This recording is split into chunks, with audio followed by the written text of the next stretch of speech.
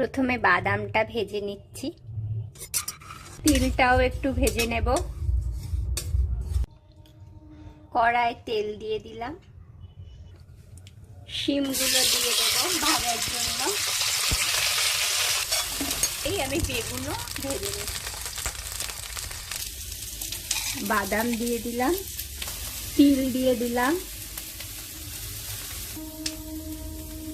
3টে কাঁচা লঙ্কা দিয়ে বেগুনগুলো আমি তুলে নিলাম। দিয়ে দিলাম, দিয়ে দেব আদা বাটা, দিয়ে দেব একটু নুন, জিরে, তেজপাতা আর শুকনো লঙ্কা গুঁড়ো।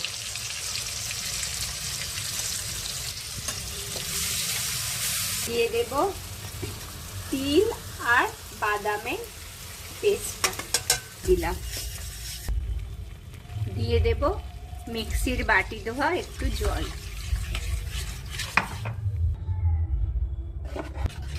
দিয়ে দেব হলুদ গুঁড়ো, দিয়ে দেব লঙ্কা গুঁড়ো, স্বাদ হওয়ার জন্য একটু চিনি দিয়ে দিলাম। শিম আর বেগুন ভাজাটা দিয়ে দেব আমি।